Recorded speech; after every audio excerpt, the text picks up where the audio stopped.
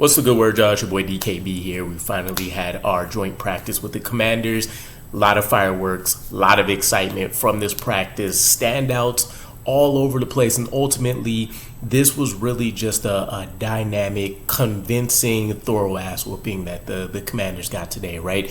It should generally be expected if we're as good as what we expect to be, right, on an offensive and defensive spectrum. We even actually have some special team highlights for you today. So let's dive into it. Housekeeping items, as always, some things to know.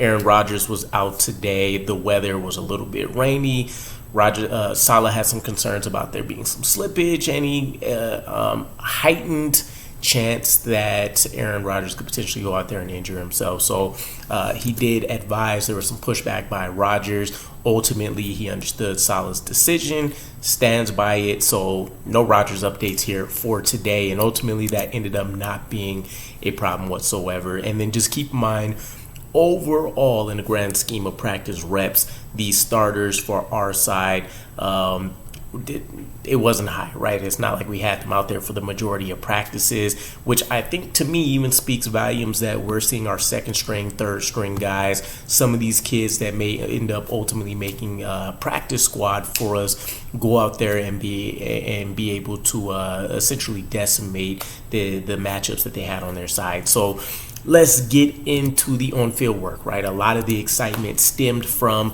Tyrod Taylor. Flashed his veteran ability, right? Now, this time last year, our number 2 position, we were all shell-shocked to see that Zach Wilson was still going to be trolled out there as the primary backup to Rodgers. Much different situation this year for the Jets. You can tell with Tyrod, he's accomplished, he understands things flow at a certain pace, and he's been able to show off his deep ball accuracy all offseason for us. Huge plays all over the place today. I consider him like an aggressively safe gunslinger, right? He's not a guy that necessarily wants to be chucking the ball deep every single play, but if there's something there to be made, he's going to make it happen. So absolutely love the way that he was able to lead the team today in Rodgers' absence, and you have to love the fact that he spreads the ball around just about as much as you would see from a guy like Rodgers, right? Obviously, he's talked recently as well about picking up and still learning some things from Rodgers. So seeing him be able to go out there and have a smooth operation is exactly what we signed him for. Also, our UFL quarterback, he's been coming on strong. I heard Peasley also had a pretty solid day. Only really one wild throw that I was able to pick up on. Adrian Martinez picked himself up a pretty impressive red zone rushing touchdown today from what I understand. And then in the passing game, Saleh kind of preferenced this in his press conference that passing game wasn't necessarily as lethal maybe as he would have wanted it to see, and maybe that applies to majority of the wide receiver room with the exception of G5. Garrett Wilson went absolutely nuts today.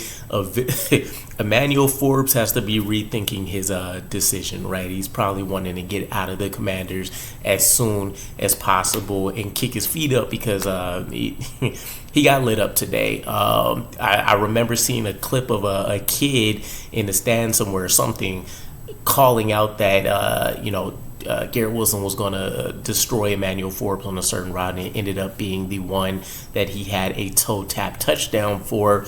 Had multiple big plays via Tyrod Taylor today. Deep sideline grab versus Forbes as well. Multiple plays that could have gone for touchdowns. I think I saw he had multiple plays over 30 yards.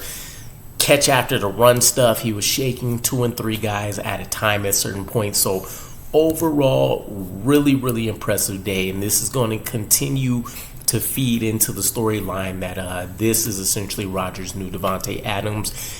And if this goes extremely well, I could also see this being a reason why Rodgers would want to return and continue to build and work on that relationship, right? A one-year wonder, no matter how spectacular it is, you kind of have that thought process in the back of your mind that can I follow that up with an encore? But we'll see, right? That's a story for way down the line.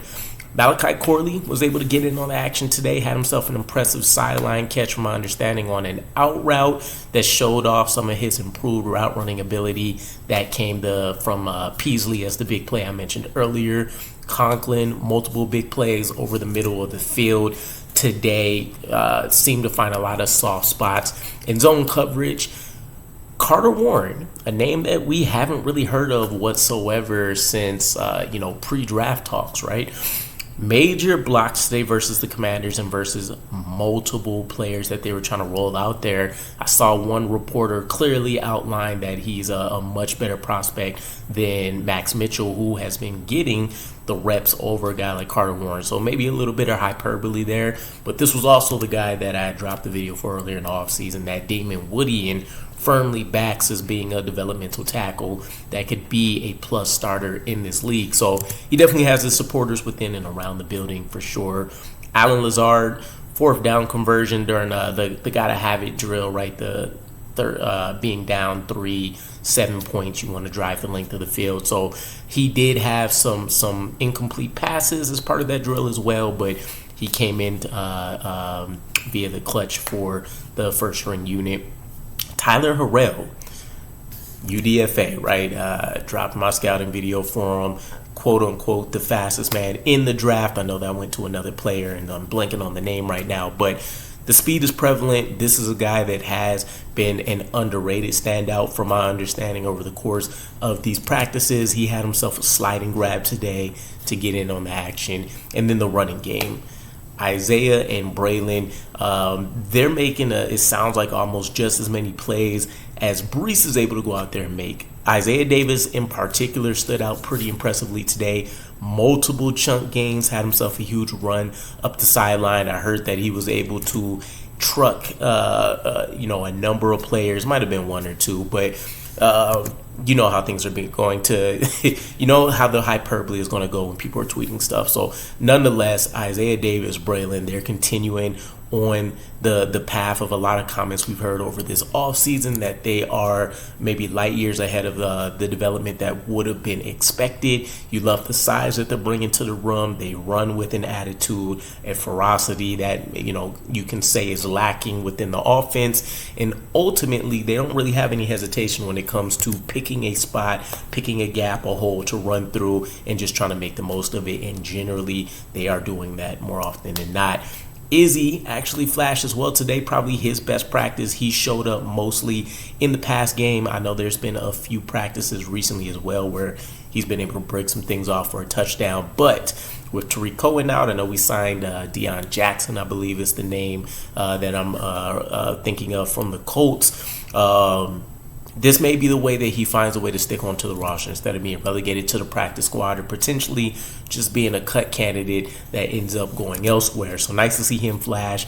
And then, of course, Breece. Breece the Beast, Mr. Lightning himself. We got to call him out. Big red zone touchdown. Had himself a long play today. And don't knock me, but now that I'm thinking about it, maybe there's a little bit of hyperbole here as well, right? Considering I mentioned Isaiah Davis and Braylon Allen maybe making as many plays as Breece. Considering he's not necessarily on a pitch count, but all of the starters aren't necessarily getting, an extraordinary amount of reps, right? We have a ton of depth everywhere, a lot of competitions we have to work out in terms of second, third string guys. Breece is making huge plays every day. All the time, right? There's a reason why he's been called out as a leader, even though we know there's not a lot of, I want to say vocality. I don't think that's a word, but he's not a highly vocal guy within the offensive ranks, although that's been changing. And we have to talk about the defense. The defense completely did a number on Jayden Daniels, top, second pick in the 2024 NFL draft. And it was a very rough day for him, right? There was pressures on almost every single possession that they had that resulted in a pass. 4 straight incompletions at one point during a gotta have it drill. And ultimately, I saw that we held Jayden Daniels to about 7 of 15 for no more than 25 yards or so. And essentially every completion he had was due to a screen or due to a check down, which is going to be pretty hard to combat. So ultimately, that's what you want to see. Rookie quarterback, an offense that has some pieces, but they still need to try to figure things out. new coaching staff in place, right? There's a lot of new stuff with the Commanders overall. So this is handling business, right? This was one of the things that, checking up on the Patriots and stuff year in and year out was very frustrating because they made life absolutely hell for every rookie quarterback across the league, but definitely the multitude of guys that we try to draft or sign and bring in and find a way to make work. And we might finally be along that path, right? A veteran is going to have a hard time with this defense, so a rookie quarterback, regardless of traits, should really be put in the same position that we just put Jayden Daniels in. So definitely some standouts here as well, right? CJ Mosley had himself multiple pass breakups going against Zach Ertz, some to stop some first downs, some in the deep passing attack or intermediate stage of the field anyways. Jermaine had himself a sack of Jayden. Jamie Sherwood had himself a couple of run stops, some big tackles that I heard out there that potentially could have changed the momentum of games, right? Considering it was in our favor the whole time, it's probably not saying much. Gardner had himself the big pass breakup. And then special teams wise, there was a big shout out to Zaire Barnes, Eric Watts. Michael Clemens is showing a lot of speed, a lot of ferocity in that unit, and ultimately being big highlight threats within that phase of the game, right? And I think that is a huge call out, especially when you look at the names like Watts, you look at the name like Barnes, guys that may be stashed away on the roster. This could be their entry path to be on the 53. And then the final name that we have to chat about, McDonald. Will McDonald, he's gotten a lot of flack this entire offseason, but he has really turned things on since the pass came on. Saleh tried to give us a preview of this happening. He's easily, from my understanding, had his best practice of camp so far, and you love to see that it's coming against another unit, right? My understanding is that the Commanders did have some guys missing from the offensive line due to injuries and et cetera, but doesn't matter. The ultimate goal, if you want to simplify things, is to dominate your matchup. Will McDonald did that.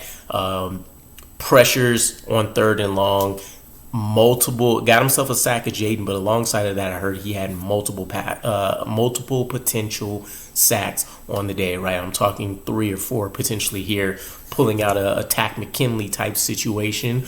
So I couldn't be more, thrilled to see this, right? This is the perfect segue going into our first preseason game I'm definitely hyped up. Hopefully you guys are as well. But hopefully this is a bit of, again, a preview, a preface to that preseason game, and hopefully us dominating the entirety of the 4 quarters. So let me know what you guys think. If you are Commanders fans, let me know what takeaways you had. If you're a Jets fan and you were able to show up, watch, just had other news bits that I may have missed out here, let me know in the comments, and I'll catch you guys again.